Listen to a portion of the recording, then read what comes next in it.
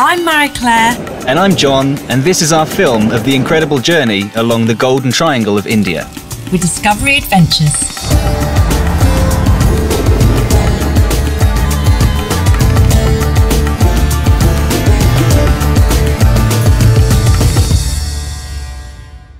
Marie-Claire and I were given the task of discovering the spirit of India during our 2-week trip, beginning in Delhi with the Jama Masjid, an ancient fortified mosque. It is nothing short of magnificent, especially in the early morning sunlight before the smog of Delhi really begins to take hold. Walking through its ancient archway is like stepping back 1,000 years, except for the swarms of foreign tourists thrusting iPads and cameras into every inch of its splendour.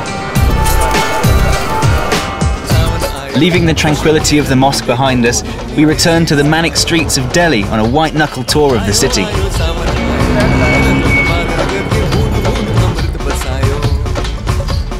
We're already feeling quite immersed in this rich culture, and our senses are heightened. No visit to Delhi would be complete without paying our respects to the father of India, Mahatma Gandhi, at the eternal flame of the Raj Ghat.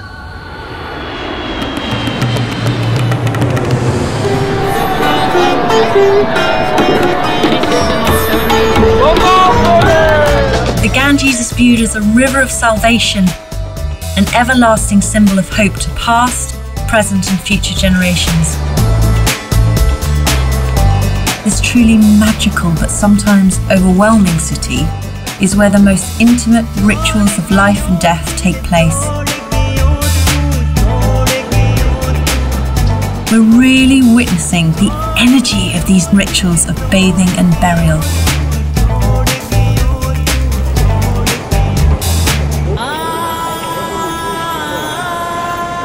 I returned to the river the morning after the festival to find revellers still celebrating, praying, dancing and shaving as they prepared to welcome the morning sun on the banks of the Ganges. The air was still thick with the smell of smoke and incense, with the relative peacefulness broken with the sound of fireworks until there was a roar of praise as the sun emerged from the morning mist. We left Varanasi, crossing the border into Madhya Pradesh region en route to Khajuraho.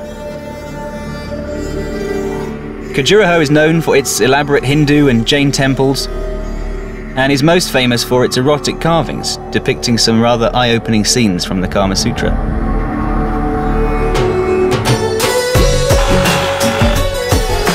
The journey to Agra gave us our first taste of an Indian train station.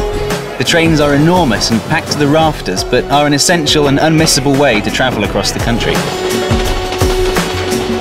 We stopped off in Alipura to meet some of the locals before we boarded another sleeper train en route to our most impressive destination.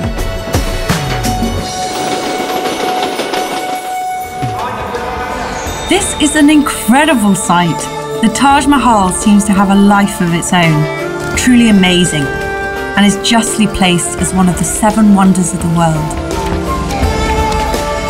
Although it is one of the most photographed buildings in the world and instantly recognisable, actually seeing it is really awe-inspiring.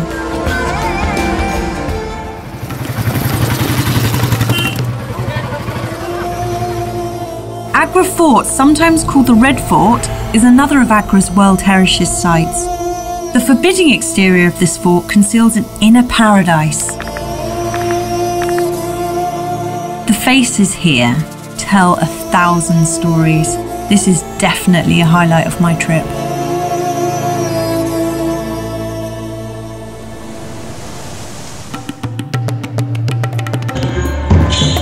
It's late afternoon and we're off to Ranthambore. This journey is all about people watching. As we leave the madness of the city behind, we begin to experience the gentleness of the countryside. The intimacy of every train journey means that it's very easy to make new friends over a tasty train snack and a cup of chai.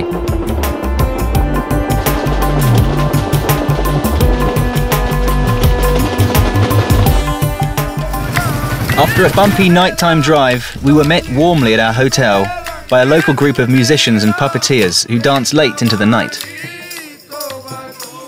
The next day we were out early in Ranthambore National Park in search of the elusive Indian tigers.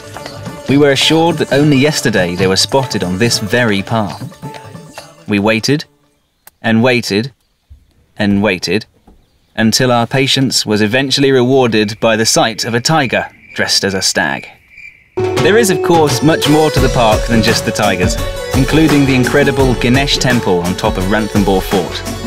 As the god of good fortune and prosperity, it is traditional for couples to send their first wedding invitation to Lord Ganesh, which is then actually delivered to this very temple. Sadly though, he's never been able to RSVP. We headed back to the hustle and bustle of city life in Jaipur and took a ride through the traffic in a tuk-tuk. The city offers everything from fresh street food to colourful textiles, handmade jewellery and a vibrant mix of ancient Indian cultures and modern, more westernised luxuries. This chap was trying to figure out which side of his elephant the petrol cap was located, but he was also heading up a procession of grooms on their way to a traditional Indian triple wedding. Another early morning was rewarded by an unforgettable trip to the Amber Fort. The fort is so huge that it can only be appreciated by taking a tour on the back of a painted elephant. Sadly, I couldn't do this because I got lost inside its maze-like tunnels and had to be rescued by one of the locals. The guidebooks describe Jaipur City Palace as a feast for the eyes. Unfortunately, they wouldn't let me in with a camera, so you'll have to make do with a shot of this man playing a tune to a snake in a basket. Jaipur is home to an ancient observatory, giving us an insight into India's historical approach to astrology and astronomy by means of these huge Escher-like structures that we use to measure time and to understand the movement of the stars and planets. We were offered one of the best views of the city through one of the 953 windows in the Palace of Winds. The city also gave Marie-Claire and I a chance to practice our haggling skills with a local textile salesman. This is not the Indian price. Yeah. This is white Englishman price. No.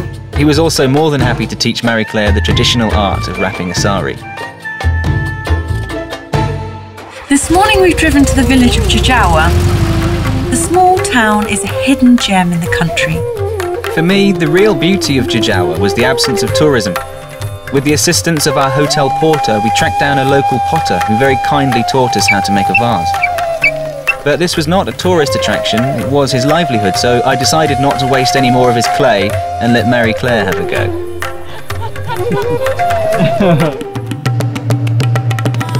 The country around Khajuraho boasts very interesting landscapes, with the picturesque Aravalli Hills in the east. The camel-herding Rabbaris are an ethnic group only to be found around Khajuraho. We were headed to the station to catch the famous Khajuraho train safari. At Khajuraho train station, as part of their program to always avoid accidents, they still use an archaic mechanical system to ensure that two trains are never using the same single railway track at the same time. The train driver hands a large ball bearing to the signal master, attached to a large piece of rope. The signal master hands the ball to the station master. The station master places the ball bearing into the machine, which is then locked away until the next station on the line sends a signal back that the line is clear. This releases the ball bearing again. The trains cannot leave the station until the signal master gives them back their ball on a rope. We're on the train travelling to the highest station in the Aravallis. The engine slowly pulls the train through the most beautiful forests and hills. With the prospect of another Indian safari, I was worried that we'd be sitting quietly again waiting for another infamous tiger. But we were actually escorted most of the way by a troop of monkeys, hungry for passengers' food and attention. We continue on to Udaipur, famous for its lakes and Raj-era palaces. Rajasthan's most romantic city. It's known as the Venice of the East and holds stage as one of India's truly seductive cities.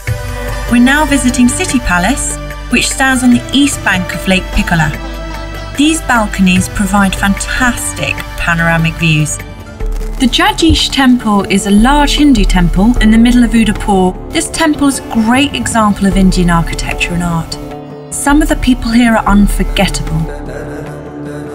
It was almost impossible for us to spend a few days in Udaipur without recognising its great pride in being chosen as a location for the Bond film Octopussy. At 7 p.m, almost every bar and restaurant in Udaipur pulls down a white projector screen and plays the entire film. Every night. But after a ride home with Suleiman in a tuk-tuk, it was us feeling a little shaken, not stirred. And so, our journey came full circle back to Delhi. What a journey we've been on, from the bustle of Delhi to the serenity and calm of the Taj Mahal. It's been an incredible trip, full of memories to treasure forever.